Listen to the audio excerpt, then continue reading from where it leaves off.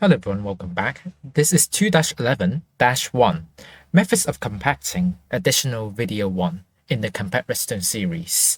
I'm peterjiangTW.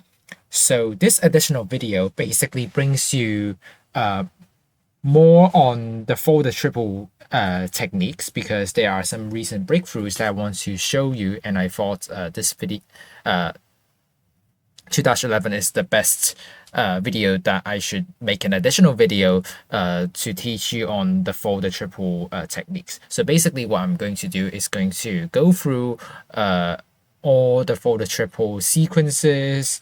Might as well compare the advantages, disadvantages of different sequences, and yeah, so yeah, let's move on. So the world is the same, but I just modify a bit at the end here. So yeah. So let's focus on the top folded triple. So the inputs and input labels are the same as what we have covered in 2-11 methods of compacting as well.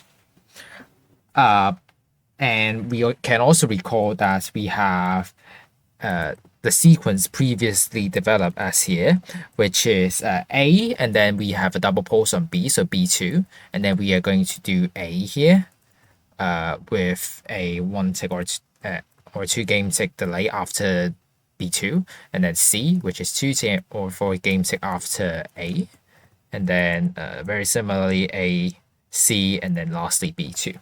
So we have this sequence developed before, but then we are trying to establish another sequence rather than using this kind of concept.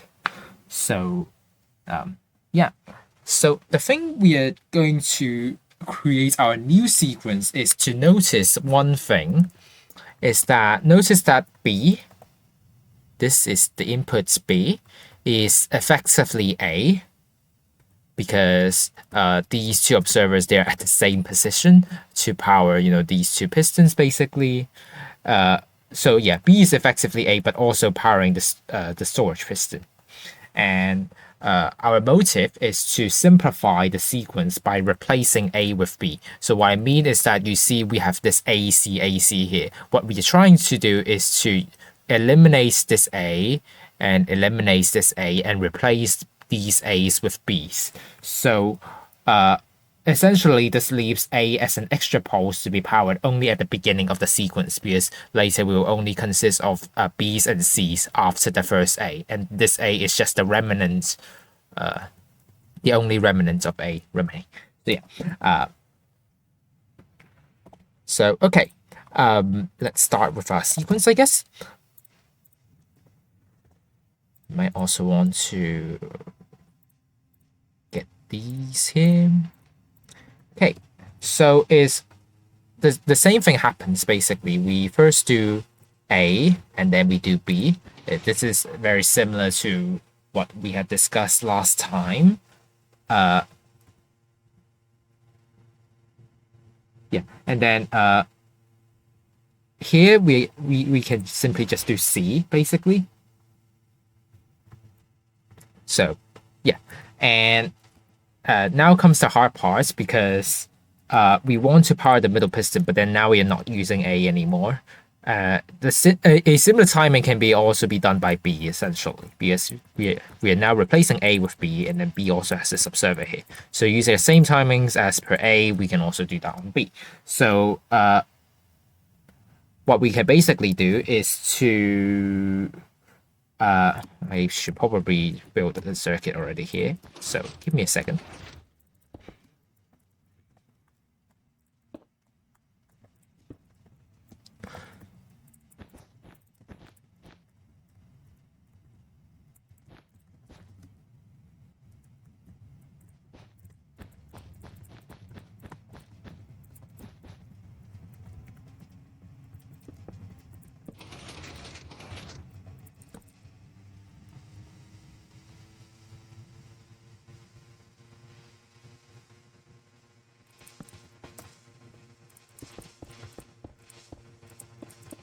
So yeah.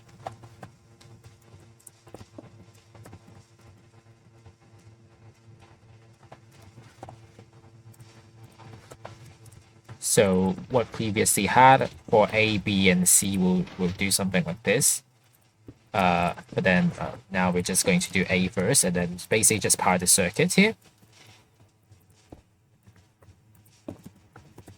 And this will basically do the entire thing already.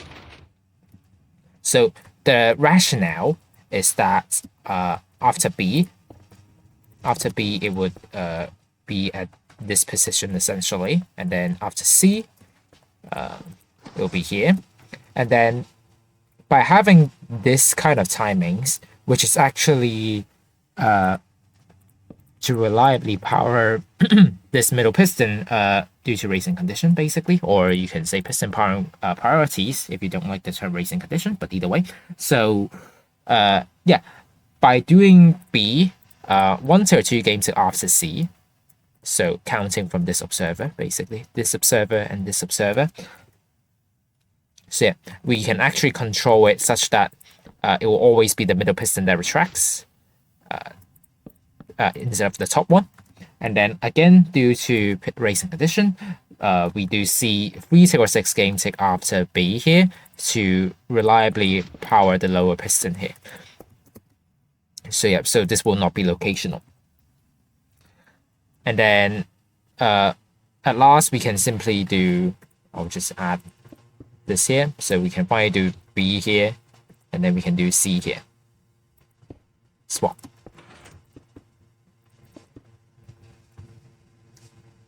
So this means we have developed the following sequence. So we have A, we also have B, and C, and then because we want the middle piston to be the one that is extending and retracting, so pulsing basically. So we want to do B with the timing constraint of 1 tick or 2 game tick after C.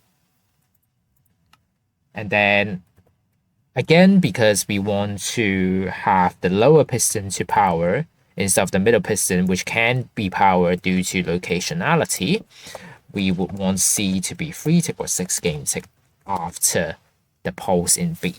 And then lastly, we can simply just do B and C and we're done. So yeah, so this is our initial sequence. Now we are going to improve it. So the thing is, well, it's quite apparent that B always comes with C. So C is always after B. When we power B, we will always power C afterwards. And currently we have 3 BCs. So BC here, BC here, and then BC here. So now, of course, we can leave it as it is, because like we already have pretty much a repetitive sequence. So, you know, you can just have an input join and just power 3 times BC and call it a day. But in many cases, it's actually very helpful to add a redundant BC at last with suitable timings. And the timings is exactly what you saw at here, which is B 1 tick 2 game tick and C 3 tick 6 game tick here. So adding the redundant BCs here, then what do we get? We would get, I contract this a little bit. So I just do AB here. And C would be 3 tick 6 game tick after B. B 1 tick 2 game tick. C 3 tick 6 game tick. And then now the next part is basically without A. So we do BC, BC. And I'll just...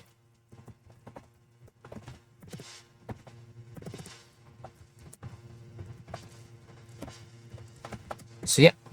So you see this time we don't have the A at the front. We only have BC, BC here. So yeah, so this is actually the improved sequence upon this here. And yeah, and let me just explain it a bit more. So adding the redundant BCs helps because now we have 2 BC BC basically. And we can basically wire the two BC, with two distant pulses. Or perhaps you can just use a button input, for example, and then just have each pulse from the button input to power one BC. So that is the idea, essentially. So yeah, so because 3 is, basically an odd number, and it's not actually that nice to have an odd number. So instead, if we have an even number, it's actually a bit better. So yeah, so from 3, we just make it to 4, and then 4 is an even number. We can just divide by 2, and then BC itself already needs tight timings, and which we can just basically construct from this timing circuit here, for example. So, and then we can call it a day. So yeah, so this is basically the sequence I want to show you apart from this one that we have developed earlier in 2-11.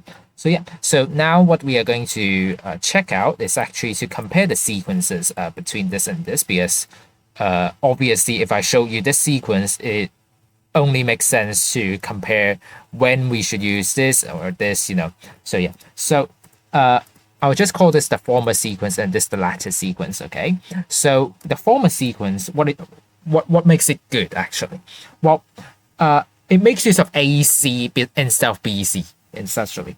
So in some cases, it can be easier to wire because, A and C, the two inputs, are on the same side. So you see A and C are on the same side. So, but then we also see B and C. B and C, now they are on the opposite side. So if you want to make a timing circuit, it's actually much better to have it on the same side, because then you can just use some minimal circuits to time it properly, rather than having two timing circuit that has to do its job. So, in this sense, then the former sequence is better. Okay. And of course, another very closely related reason is because, you see B, C are on different sides. So input joins can sometimes be actually impossible. So having A, C, this kind of fashion is preferred if you want an input joint for AC. But then BC, it might not work out. So yeah, then for the latter sequence, let's talk about the benefits of it. There's actually quite a lot more, and probably explains the reason I'm just talking about this sequence here now. So the latter sequence, it is basically more reusable than the former sequence. You can probably see already, because we have A, B2, and the only reusable part, quote unquote reusable, is AC. But then you will probably wire AC with a timing circuit already. So if it's reusable, it's already judgmental a bit. Yeah, and then B2, you can argue B2 is reusable because you can just have a distant pulse generator. But then yeah, again, so. But then here it is very obvious that it is reusable, because apart from A, it's just a bunch of BCs. So it is quite more reusable than the former sequence. And it of course has fewer segments, because you see here we have A as a segment, B2 as a segment, and AC as the first segment. While for here, we only really have two segments here. We have A solely, and then BC basically. So we have two segments. And less segments means less actual circuits, essentially. And yeah, and speaking about the segments, we only have 1 out of 2 segments in the latter sequence that requires a toggle. That is in A, the first move here. And compared to here, we actually have 2 segments that requires a toggle, which is A and the AC. Essentially, B2 doesn't really need a toggle. So unfortunately, like if you want to power with a button input, then you see the problem here. So, and the latter sequence is also better in terms of circuit pressure balancing. What do I mean by that? I will talk a bit more probably on 3-2 or 3-4, but essentially, you see the former sequence relies on A and then the AC part. So you have two circuits here focused on this side, while B2 is you can simply just wire it with a cobweb timer, so it's quite small actually. So, but then you do have a bit more circuits on this side, and in addition, you see A is not really that connected to AC, although this A you can actually add a redundant C afterwards, but then it's not that connected essentially. So you have some circuit pressure on the AC side, whereas here it's actually a bit more balanced because A is literally just itself a toggle. There's nothing really much to do, and then BC, well, it's just basically some delay circuit to power it. Yeah. So yeah, the circuit balance is actually a bit more evenly distributed, you can say. So yeah. And in these kind of contexts, then the latter sequence is preferable than the former sequence. But then, of course, it still depends on the application of the sequence to determine which is better. So, for example, like I just said, this circuit pressure balance, if you already have a door, excluding this part here, it's expected to have pressure imbalance with more pressure on the B side here. Then the former sequence is actually preferred in terms of circuit pressure balance because we have more pressure on AC, which is actually good because we match with the circuit pressure at the B side here. So one side will do more things, and then the other side will also do more things, but just on different aspects rather than concentrating on one side doing all the things. So you know the drill probably. So in terms of circuit pressure balance, if you really expect that B is going to have more pressure, then you should opt for the former sequence in terms of circuit pressure balance. Of course, there are some other factors that you also have to consider, but then, just focusing on this factor, then the former sequence is preferred. So, yeah. So, this is the discussion on the top folded triple.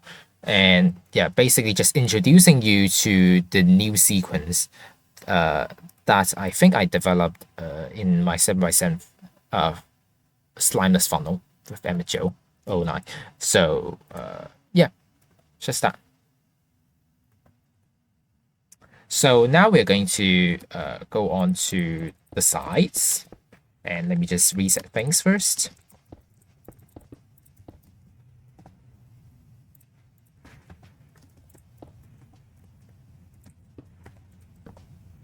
There you go.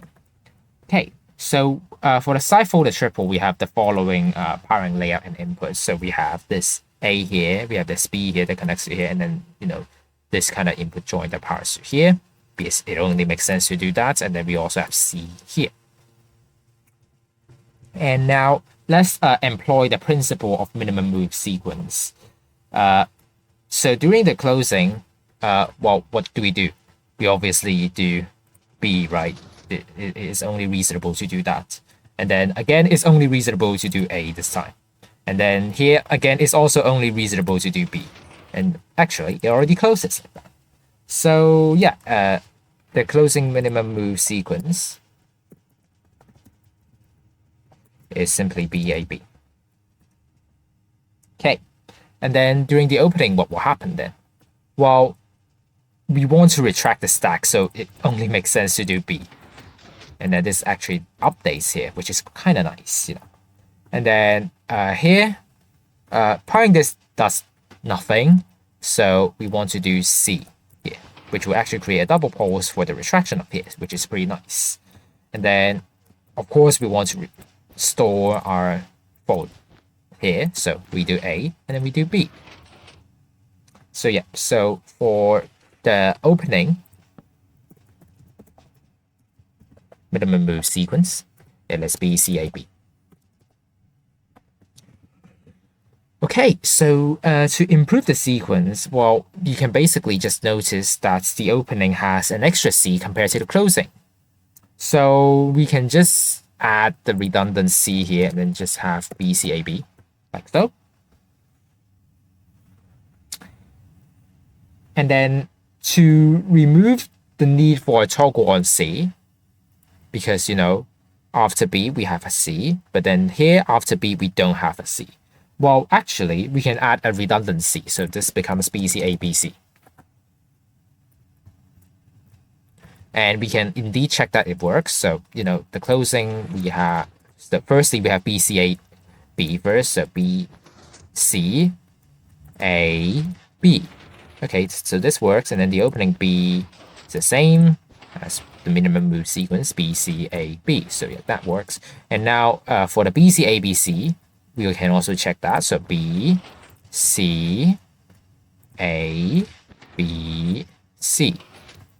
And then the opening is the same, so BCABC. And C would work because it's a double pulse and this does nothing. It will just bam just a bit, and it's fine.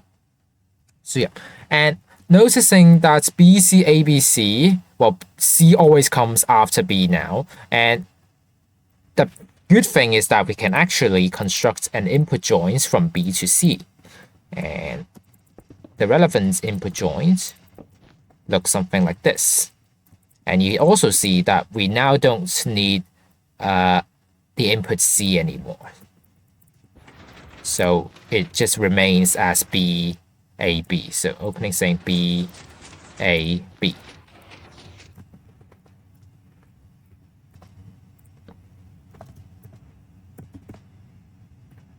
So yeah. And that is the improved sequence for the size. And yeah, it's actually very simple indeed. Of course, this circuit here, it's just a bunch of delay circuit, and notice that it has to be a double pulse. But then if you don't have the space here, you can just do some other stuff to make it fit, for example. So yeah, just demonstrating you such an input joint is possible. So yeah. So this is the side folded triple. There's nothing much to discuss actually for here. And now let's go on to the bottom folded triple. And here I would like to thank you to not Anthony. Now his name is CA Kevin and Divorce Force 11 for establishing the sequence in their 6x6 lineless funnel. And yeah, they basically developed a bottom folded triple, which is actually very useful in application to many of other doors. And I personally use them in, for example, the 6x6 limeless cave with those two again. So yeah, it's going to be useful. And now I'm here to demonstrate you the sequence essentially. So the setup looks like this. Of course, I'm not going to ask you to derive on this setup. It's actually a bit more complicated and just a bit of luck for perhaps as well. But yeah, either way. Okay, so during both the closing and opening, what we are going to do is the same thing, which is actually just A, and then B, and then A. Opening is the same, so A, B, A. So yeah, so ABA is basically the minimum move sequence, you can say. So yeah, and if you want to improve on this, you can actually.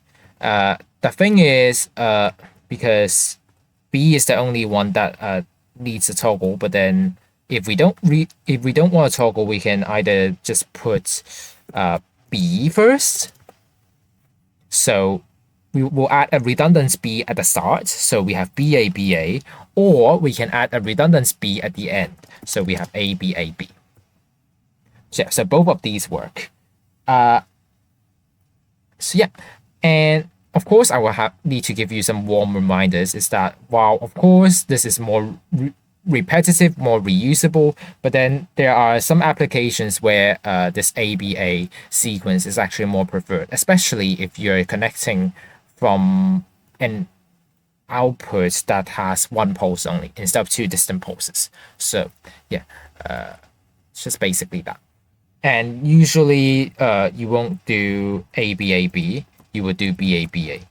And it's quite intuitive why, because there's a vortic here. and then it usually induces delay. So it's better for you to do B first because it has the least delay, the operation time, So yeah. And another thing is that a fair warning to you, this setup is actually very specific.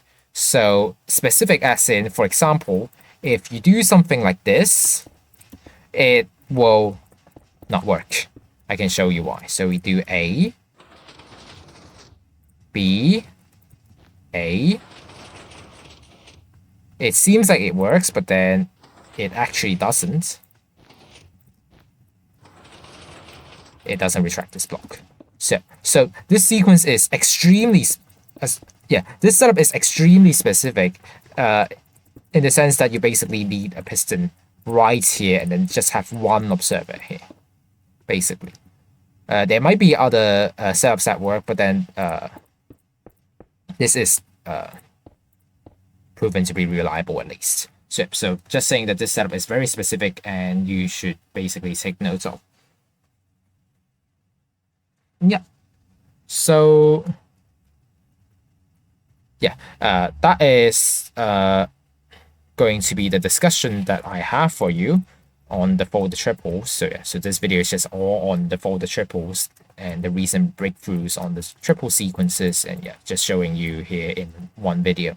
And the exercises are the same as 2-11 except for this one, which I told you to create a 5x5 seamless funnel door with the given partial piston layout, but then now I actually removed the top folded triple from the partial piston layout. That's because, I already added this content for you, so you can use any of the top side or bottom folded triple as you like. So yeah, of course you can also create variations of the 5x5 funnel here by using different type of folded triples on yourself, so just to get a practice on it. But yeah, but then now you can attempt this exercise with any of the methods you would like to. So yeah, so that is all I have for today. Thank you for watching this video, and yeah, I'll see you in the next one.